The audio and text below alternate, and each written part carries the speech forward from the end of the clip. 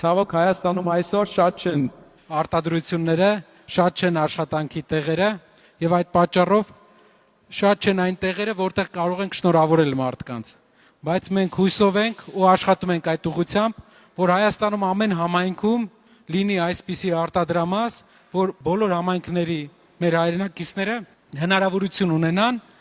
աշխատանք ունենան, աշխատանքի իրավունքը իրենց իրացնեն։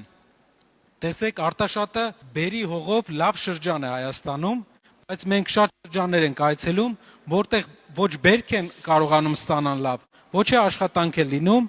եւ այդ շրջաններում շատ բարձր է աղքատությունը։ Մենք տեսնում ենք, որ Հայաստանում աղքատության հաղթահարման համար հիմնական հարցը, որ պետք է լուծենք, աշխատատեղերի ստեղծումն է։ Հուսով եմ, որ մայիսի 1-ը հետագայում շատ ավելի մասշտաբային կլինի, հարյուրավոր արտադրությունները եւ 100,000-ավոր աշխատատեղերը, որ մենք ծրագրում ենք կառուցել Հայաստանում, կփոխեն բոլորիս կյանքը եւ կփոխեն նաեւ աշխատավարձերի չափերը, որովհետեւ մրցակցությունը, նոր աշխատատեղերի ստեղծումը